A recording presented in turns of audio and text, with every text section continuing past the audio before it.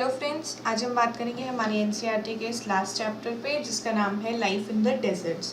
Basically इस NCERT में अभी तक हमने जो life in the temperate grasslands थी और life in the temperate regions थे उनके बारे में जाना, और अब हम जानेंगे लाइफ इन द डेजर्ट्स के बारे में।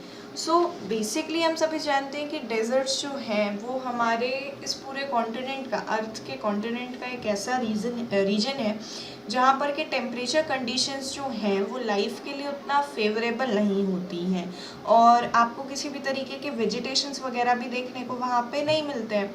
बट आज की डेट में जैसे जैसे धीरे धीरे हम टेक्नोलॉजी डेवलप कर रहे हैं, मॉडर्नाइजेशन की तरफ हम बढ़ रहे हैं, कहीं ना कहीं वहाँ पर भी लाइफ के कुछ सोर्सेज, या आप कह सकते हैं कि वहाँ पर भी काफ़ी सारी चीज़ें अब डेवलप हो चुकी हैं। सो उन्हीं के बारे में हम जानेंगे। So let's start. सबसे पहले हम बात करेंगे about the hot desert of Sahara. ठीक है, सहारा डेजर्ट जो है बेसिकली वो अपने आप में इम्पोर्टेंस इसलिए भी रखता है क्योंकि सहारा डेजर्ट जो है वो पूरे वर्ल्ड का एक सबसे लार्जेस्ट डेजर्ट है, राइट। और जो सहारा डेजर्ट है वो क्या कर रहा है, नॉर्थ अफ्रीका का काफ़ी लार्ज पोर्शन जो है उसको कवर करता है। ओके, इसका जो एरिया है वो है 8.54 मिलियन स्क्वायर किलोमीटर्स के अबाउट। ठीक है, 8.54 मिलियन स्क्वायर किलोमीटर्स के जो अबाउट का एरिया है पूरा का पूरा, वो कौन कवर कर रहा है, सहारा डेजर्ट कवर कर रहा है। The Sahara desert touches 11 countries जिसमें कि Algeria, Chad, Egypt, Libya, Mali, Mauritania, Morocco, Niger, Sudan, Tunisia और वेस्टर्न सहारा। ये जो कंट्रीज़ के नाम आपको दिए गए हैं, आपको अगर लोकेशन वाइज याद रखना है आप रख सकते हैं, अगर कोई प्रॉब्लम्स आ रही है तो मैप वर्क करके भी आप इसको याद कर सकते हैं। It's not that much important, लेकिन कहीं ना कहीं क्योंकि क्या है कि ये कंट्रीज़ का जो क्लाइमेट होगा वो भी थोड़ा बहुत जो है सहारा डेजर्ट के कारण इफेक्ट हो सकता है, इसलिए इनका थोड़ा सा जानना, एक बेसिक नॉलेज रखना इम्पॉर्टेंट है। ओके, इसके बाद जैसा कि हम जानते हैं कि डेजर्ट्स में क्या होता है, पूरे के पूरे जो स्ट्रेचेस होते हैं वो सैंड के होते हैं, काफ़ी दूर दूर तक आपको सिर्फ और सिर्फ रेत दिखाई देती है और कुछ भी दिखाई नहीं देता है, ऐसा कहा जाता है। लेकिन सहारा डेजर्ट में, बावजूद इसके सहारा डेजर्ट के जो ग्रेवल प्लेन्स हैं और जो एलिवेटेड प्लेट्यूज वाला रीजन है वहाँ पर के आपको रॉकी सर्फेसेस भी देखने को मिलती है। यानी कि सिर्फ सैंड है ये ज़रूरी नहीं है, वहाँ पर आपको रॉकी सर्फेसेस भी मिल रही हैं, आपको ग्रेवल प्लेन्स भी मिल रहे हैं। और क्योंकि प्लेन रीजन्स थोड़े बहुत मिल जाते हैं तो उसके कारण थोड़ा सा वेजिटेशन का जो आपका एक कह सकते हैं पर्सपेक्टिव है वो ओपन हो जाता है, राइट। एंड ये जो रॉकी सर्फेसेस की हम बात कर रहे हैं, इसमें रॉकी सर्फेसेस की, इनकी जो हाइट है वो 2500 मीटर्स से भी ज़्यादा की है कुछ प्लेसेस पर। ठीक है, तो चलिए इसको देखते हैं। सबसे पहले इसकी लोकेशन देख लेते हैं। जैसा कि आपको दिख रहा है ये हमारा अफ्रीका कॉन्टिनेंट है, यहाँ पे अटलांटिक ओशन है और इस तरफ यहाँ पे एशिया से कनेक्टेड है, राइट। सो आप अगर देखें अफ्रीका का ये जो नॉर्थ अमेरिका वाला रीजन है, नॉर्थ अफ्रीका वाला रीजन है सॉरी, यहाँ पर क्या आपको सहारा डेजर्ट जो है वो दिखाई दे रहा है, राइट। और ये जो मेन इंपॉर्टेंट कंट्रीज हैं जिनसे ये सराउंडेड है। ओके, सो ये इसकी मैप लोकेशन हो गई। अब बात करते हैं इस रीजन के क्लाइमेट के बारे में। तो भाई हमने अभी कहा कि डेजर्ट है, राइट। सो डेजर्ट का क्लाइमेट कैसा होगा, ऑब्वियसली हॉट होगा और काफ़ी ड्राई होगा। एक बहुत ही शॉर्ट रेनी सीजन यहाँ पर आपको देखने को मिलेगा, otherwise the sky is cloudless and absolutely clear. Okay, क्योंकि भाई डेजर्ट है तो वहाँ पर जो रेनफॉल के लिए रिक्वायर्ड कंडीशंस हैं, अब चलिए ओशन करंट की वजह से आप कह सकते हैं कि थोड़े से आपके क्लाउड्स आ गए और रेनफॉल हो सकता है, बहुत शॉर्ट ड्यूरेशन के लिए हो सकता है, अदरवाइज ये चीज़ यहाँ पर पॉसिबल नहीं है, राइट। ओके, तो ये समझ में आ रहा है कि यहाँ का जो क्लाइमेट है पूरा का पूरा ये काफ़ी हॉट है, काफ़ी ड्राई है, और यहाँ पर जो रेनी सीजन है वो काफ़ी शॉर्ट टाइम के लिए होता है। इसके बाद यहाँ का सबसे ज़्यादा जो एक आप कह सकते हैं इफेक्ट है, या आप कह सकते हैं इसको कि देखने को मिलता है, वो ये मिलता है कि अगर यहाँ पर मॉइस्चर जो है वो इवेपोरेट होता है, हमने जैसे पढ़ा था इवेपोरेशन की प्रोसेस के बारे में, तो इवेपोरेशन की जो प्रोसेस है it's more way faster than accumulation. मतलब ये कि जब आपकी वाटर वेपर्स जो होती हैं सारी की सारी वो इकट्ठी होती हैं, राइट, उसके बाद आपका जो मॉइस्चर है वो इवेपोरेट होता है, तो यहाँ पे क्या होता है, सीन की इवेपोरेशन जो है वो बहुत जल्दी होता है, उसकी स्पीड काफ़ी तेज़ होती है as compare to the accumulation speed, right. अब जो डे टाइम होगा वो काफ़ी ज़्यादा हॉट टेम्परेचर वाला होगा, और जो टेम्परेचर होता है कभी कभी वो 50 डिग्री सेल्सियस से भी ऊपर तक जाता रहता है। ओके, हीट होता क्या है कि देखिए यहाँ पे हमने कहा आपसे कि सिर्फ सैंड नहीं है, रॉकी सर्फेसिस भी मिल रही हैं, ग्रेवल्स भी हैं। सो क्या होता है कि जब टेम्परेचर इतना ज़्यादा हो जाता है तो वो जो टेम्परेचर है जब वो सैंड पर और बेयर रॉक्स पर अपना एक इफेक्ट छोड़ता है तो उसके कारण वहाँ पर हीट रेडिएशन होता है। ओके, और जो हीट रेडिएशन होता है उसकी वजह से पूरे सराउंडिंग का जो टेम्परेचर है वो भी काफ़ी ज़्यादा बढ़ जाता है। Okay, so this is the reason कि आपका जो आप कह सकते हैं एक तो टेम्परेचर पहले से ही गर्म है, ऑलरेडी हाई है, टेम्परेचर बहुत ज़्यादा है, और उसके बाद जो सरफेस है आपकी सराउंडिंग वो भी आपके टेम्परेचर और जो एटमॉस्फेयर है, जो आसपास का रीजन है, उसको काफ़ी हद तक हीट अप करने में हेल्प कर देता है। इसके बाद इसका जस्ट ऑपोजिट होता है ये कि यहाँ पर नाइट टाइम में जो टेम्परेचर होता है वो अप्रॉक्सीमेटली 0 डिग्री तक फॉल कर जाता है, और यहाँ पर आपको फ्रीजिंग कोल्ड जो है वो देखने को मिलता है during the night time, right. मतलब आप ये समझिए कि दिन की अगर हम बात करें तो दिन इतने गर्म होते हैं कि इंसान बिल्कुल वहाँ पे आप कह सकते हैं कि जो ह्यूमन पीपल है उनको काफ़ी ज़्यादा प्रॉब्लम का सामना करना पड़ता है। और जब नाइट की बात करें तो नाइट्स जो होती है वो फ्रीजिंग कोल्ड होती है। That means it's just opposite, but ये दोनों ही चीज़ें अपने एक्सट्रीम लेवल पे जाती हैं, और इसके कारण जो है यहाँ का क्लाइमेट काफ़ी कॉम्प्लेक्स हो जाता है। ओके, अब बात करते हैं इस रीजन के फ्लोरा एंड फौना के बारे में। So basically we know that कि यहाँ पे ड्राई रीजन है उतना, सो उतना ज़्यादा फ्लोरा एंड फौना की तो कुछ एक्सपेक्ट्स नहीं हो सकते, बट फिर भी जो थोड़ा बहुत यहाँ पर देखने को मिलता है उसमें हमको कैक्टस देखने को मिल जाते हैं, डेट पाम्स मिलते हैं, एकेशिया मिल जाते हैं। कुछ प्लेसेस है जहाँ पर के ओआसिस होते हैं, तो green islands with date palms surrounding them, मतलब ऐसे रीजन्स में आपको डेट पाम्स देखने को मिल जाएंगे। ठीक है, एनिमल्स की अगर हम बात करते हैं तो कैमल्स हैं, हिएनास हैं, जैकल्स हैं, foxes, scorpions, many varieties of snakes and lizards जो हैं वो आपको देखने को मिलते हैं। बेसिकली यहाँ पर भी जो है इसके जो क्लाइमेट का अपने आप में एक बहुत ही इंपॉर्टेंट रोल आ जाता है, क्योंकि हम जानते हैं कि क्लाइमेट, उसके बाद natural vegetation and then wild life, all of these things are link to each other. So जैसा जैसा उसका क्लाइमेट होता है उसके अकॉर्डिंग उसके वेजिटेशन प्रोसेस होती है, और वेजिटेशन के बेसिस पे ही फिर ये डिसाइड हो पाता है, वेजिटेशन जो है वही ये डिसाइड कर रही है कि जो वाइल्ड लाइफ होगी या जो आपको एनिमल्स देखने को मिल रहे होंगे वो किस तरीके के होंगे। So this was about the flora and fauna. अब बात करते हैं यहाँ के पीपल्स के बारे में। बेसिकली यहाँ पर क्या है, नोमैडिक ट्राइब्स के दो ग्रुप्स देखने को मिल रहे हैं, बेडुइन्स एंड टॉरिक्स। ठीक है, तो ये क्या करते हैं, ये जो ट्राइब्स हैं जनरली यहाँ की, ये क्या करती हैं, लाइफ स्टॉक्स को रियरिंग कराने का या आप कह सकते हैं इनको पालने का भी काम किया जाता है। सो जैसे गोट्स हो गई आपकी, शीप हो गई, कैमल्स हो गए, हॉर्सेस हो गए, इन सबको यहाँ पे रियरिंग कराई जाती है। इनको मतलब एनिमल हस्बेंड्री का यहाँ पे थोड़ा बहुत रोल आपको देखने को मिल रहा है। सो होता क्या है कि जब हम बात करते हैं गोट शीप्स की या कैमल्स और हॉर्सेस की, तो गोट्स और शीप्स क्या करते हैं, मिल्क भी आपको दे देते हैं, तो उसके कारण ये क्या कर सकते हैं, इनका एक डेयरी फार्मिंग का भी, जो डेयरी का बिजनेस हो सकता है वो ट्रेंड कर सकता है। उसके साथ साथ क्या होता है कि हाइड्स की मदद से ये क्या करते हैं, जो हाइड्स मिलते हैं इनको, उससे वो लेदर बनता है बेल्ट के लिए, स्लीपर्स के लिए, या और भी बहुत सी चीज़ों के लिए। तो ये क्या करेंगे, उस लेदर का यूटिलाइजेशन करेंगे, तो कहीं ना कहीं इनकी लेदर इंडस्ट्री भी डेवलप हो गई।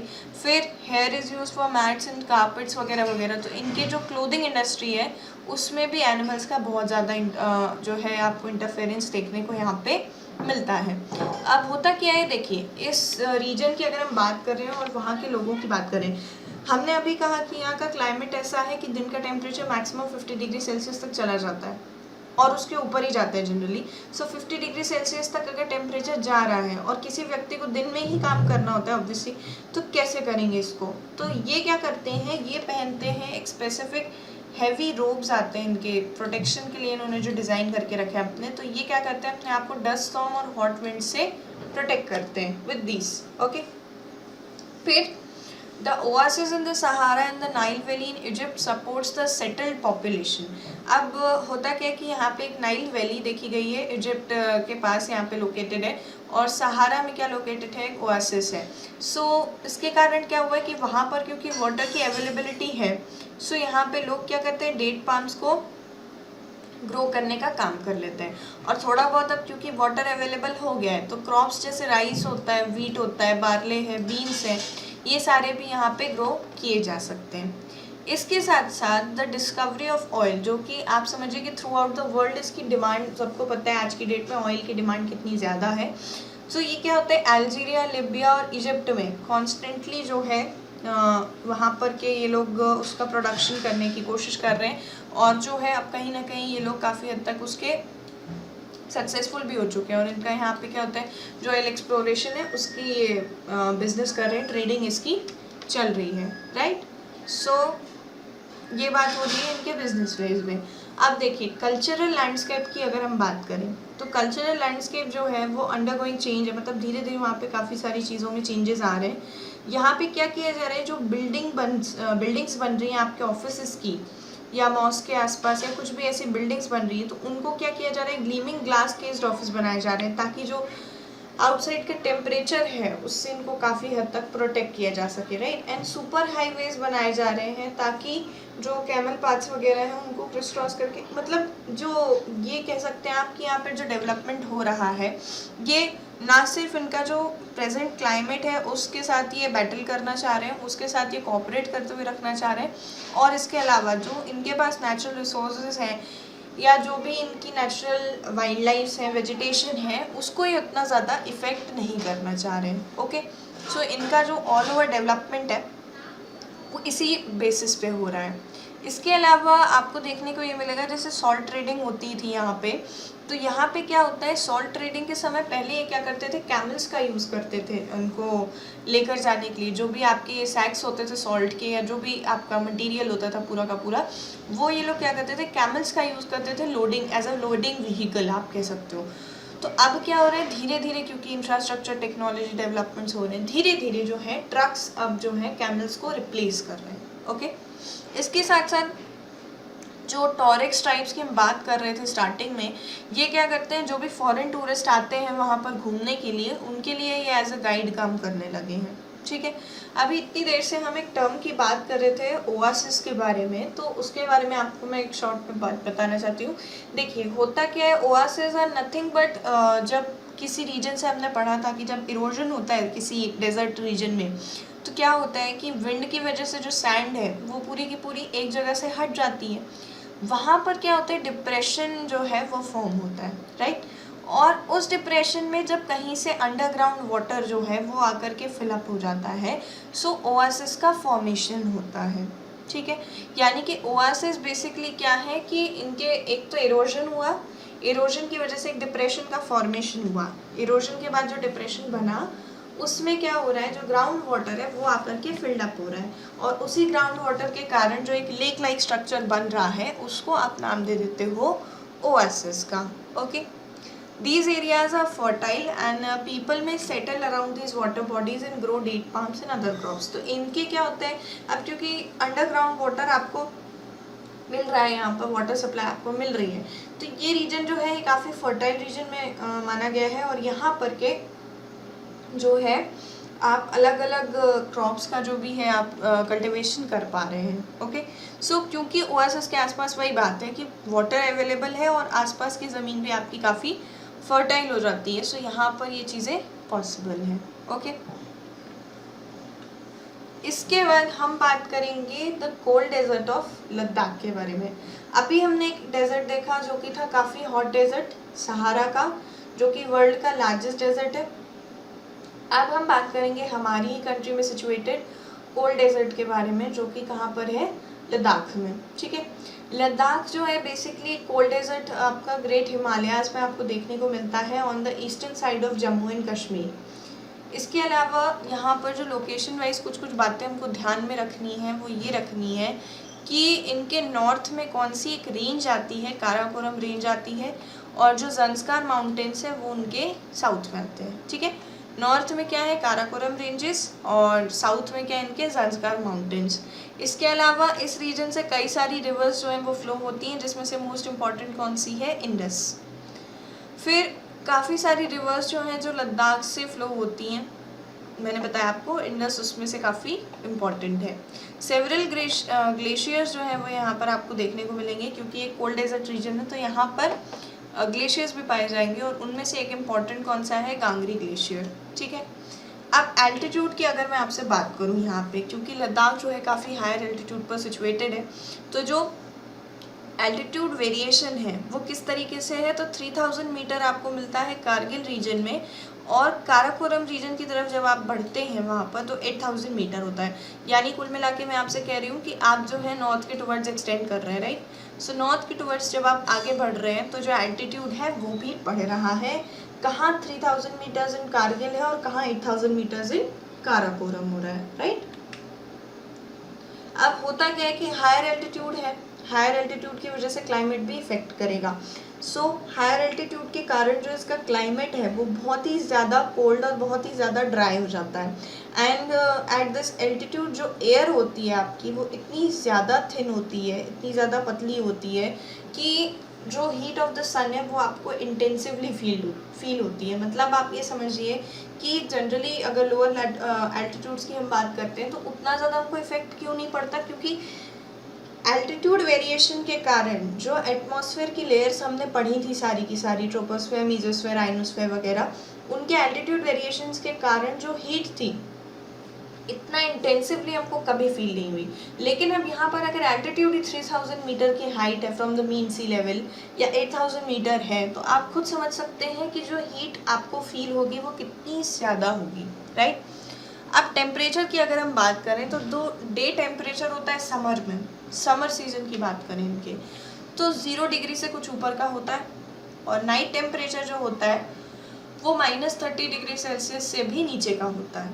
ठीक है, इसके साथ साथ जो विंटर्स होते हैं यहाँ पर तो फ्रीजिंग कोल्ड हो जाता है, जबकि टेम्परेचर -40 डिग्री सेल्सियस या उससे भी नीचे जा सकता है। ठीक, so this was about the temperature region. अब बात करते हैं इसके एक पॉइंट की जिसको आपको ध्यान रखना पड़ेगा, ये थोड़ा सा इंपॉर्टेंट पॉइंट है आपके लिए, कि जो द्रास लोकेशन है which is one of the coldest inhabited places on earth, it is located at Ladakh. ठीक है, जो सबसे कोल्डेस्ट इनहैबिटेड प्लेसेस में से आता है द्रास, वो कहाँ पे लोकेटेड है आपका, लद्दाख में। ओके, रेनफॉल की यहाँ पे कोई इतने ज़्यादा स्कोप नहीं है, सो रेनफॉल काफ़ी कम है, at least as low as about 10 centimetres every year. फिर देखिए, अब अभी हम यहाँ पे बात कर रहे हैं कि हमको हीट तो काफ़ी ज़्यादा फील होती है, लेकिन टेम्परेचर यहाँ पे काफ़ी कम है। तो आपको यहाँ पर इसको ये समझना पड़ेगा कि अगर आप यहाँ पर इस तरीके से बैठे हो कि आप सन की जो सन रेज आ रही हैं वो आपको पड़ रही हैं, और आपके जो फीट हो यानी कि आपके जो पैर हो एक ऐसी जगह पे हो जहाँ पर सन रे आपको नहीं फील हो रही है, तो क्या होगा कि आप सनस्ट्रोक और फ्रॉस्ट बाइट दोनों एट द सेम टाइम सफ़र कर सकते हैं। मतलब आप ये समझिए कि यहाँ पर इंसान का जो लाइफ इतना ज़्यादा कॉम्प्लेक्स हो जाता है इस पूरे का क्लाइमेट में, इसको सरवाइव कर पाना ह्यूमंस के लिए, कि यहाँ पर के आपको sunstroke at the same time और फ्रॉस्ट बाइट दोनों चीज़ें एक साथ फील हो सकती हैं। ओके, तो ये काफ़ी कॉम्प्लेक्सिटी ऑफ द क्लाइमेट है क्लाइमेट है इस रीजन की भी। अब इस रीजन की बात करते हैं फ्लोरा एंड फौना के बारे में थोड़ी सी। तो देखिए यहाँ पे क्या होता है, due to high aridity the vegetation is quite sparse and there are scanty patches of grasses and shrubs for animals to graze. So arid region है काफ़ी, वेजिटेशन काफ़ी ज़्यादा स्पार्स होगा, और कुछ कुछ पैचेस आपको मिलेंगे ग्रासेस और श्रब्स के जिसको एनिमल्स यूज़ करते हैं ग्रेजिंग के लिए। ठीक है, मतलब वो सिर्फ वही है कि जानवरों के चरने के लिए जो घास आप कहते हैं उसका यहाँ पे यूज़ हो पाता है। Groves of willows and poplars are seen in the valleys. यहाँ का जो वैली रीजन है उसमें आपको थोड़ा सा विलोज के ग्रोव्स और पॉपुलर्स की जो वैरायटी है वो आपको देखने को मिल जाएगी। समर सीजन में ये लोग क्या करते हैं, फ्रूट्स जो हैं वहाँ पर एप्पल्स हो गए, एप्रिकॉट्स हो गए, वॉलनट्स हो गए, इनका यहाँ प्रोडक्शन हो जाता, कल्टिवेशन हो जाता है। इसके साथ साथ जो बर्ड्स वगैरह होती हैं उनकी काफ़ी सेवरल स्पीशीज़ भी हो जाती हैं लद्दाख रीजन में। सो क्या होता है, रॉबिन्स है, रेड स्टार्ट्स हैं, टिबेटन स्नोकॉक है, राविन है, पोपोए है, ये काफ़ी कॉमन है यहाँ पर स्पीशीज़ की अगर बात की जाए तो, right. The animals are rare to provide for the milk meat and hides. और इसमें यहाँ पे मतलब ये है कि यहाँ पे भी सेम एक चीज़ है कि जो भी एनिमल्स हैं उनका यूज़ आप मिल्क में, मीट में और हाइड्स प्रोवाइड कराने में कर रहे हैं। याक्स का जो मिल्क होता है वो आपका चीज़ और बटर के लिए यूज़ हो जाता है, और शीप्स के जो हेयर होते हैं सभी जानते हैं कि यहाँ पर वुलन इंडस्ट्री के लिए काम होता है। ठीक है, so this was about the flora and fauna of the region. अब थोड़ा सा यहाँ की बात करते हैं पीपल के बारे में। सो देखिए होता क्या है कि यहाँ का जो क्लाइमेट है हमने देखा काफ़ी ज़्यादा कॉम्प्लेक्स है अदर वेज में। So in the summer season the peoples are busy cultivating barley. Barley होता है यहाँ पे, पोटैटोज हो जाते हैं, पीस, बीन्स, टर्निप, ये सारी जो इनकी क्रॉप्स हैं इनका यहाँ पे समर सीजन में बस कल्टीवेशन हो पाता है। विंटर मंथ्स में क्लाइमेट इतना हार्श होता है कि इनको मतलब खुद को फेस्टिविटीज़ या सेरेमनीज इस तरीके से इनको एंगेज रखना पड़ता है खुद को, अदरवाइज इनको काफ़ी ज़्यादा प्रॉब्लम्स का सामना करना पड़ सकता है।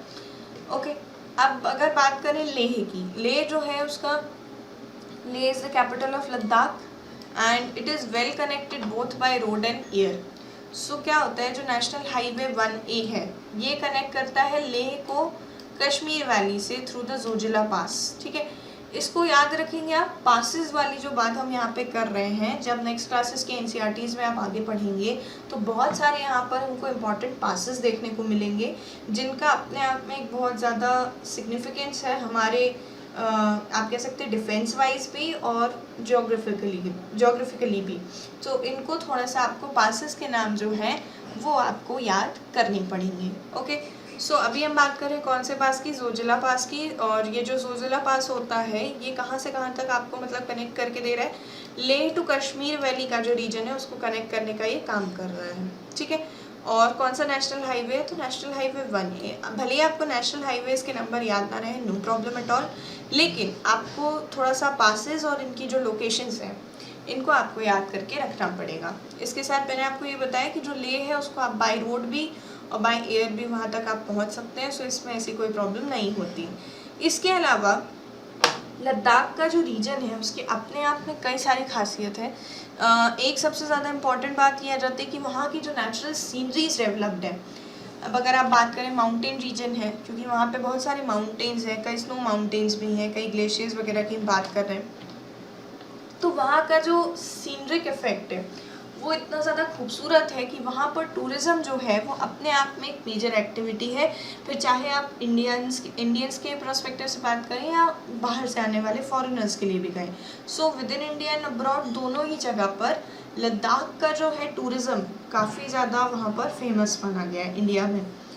ओके, इसके बाद यहाँ पे क्या हो रहा है कि अब जैसे कि हम जान रहे हैं कि इनके जो रिसोर्सेज हैं वो काफ़ी लिमिटेड हैं और अब ये धीरे धीरे मॉडर्नाइजेशन की तरफ बढ़ रहे हैं, लेकिन बावजूद इसके यहाँ पर किसी भी, सबसे अच्छी बात इस रीजन की यही है कि धीरे धीरे मॉडर्नाइजेशन की तरफ ज़रूर बढ़ रहे हैं, लेकिन इसके बावजूद इन्होंने अपने जो नेचुरल रिसोर्सेज हैं उनका बहुत ही अच्छे से यूटिलाइजेशन किया है और यहाँ पर किसी भी तरीके का जो है वेस्टेज आपको उतना ज़्यादा देखने को नहीं मिलेगा। दैट मीन्स कि इनके पास जितने रिसोर्सेज हैं they are using it optimally, यानी कि जो आप कह सकते हो बिल्कुल कि modernisation with the proper utilisation, यहाँ पर आपको वो चीज़ देखने को मिलती है।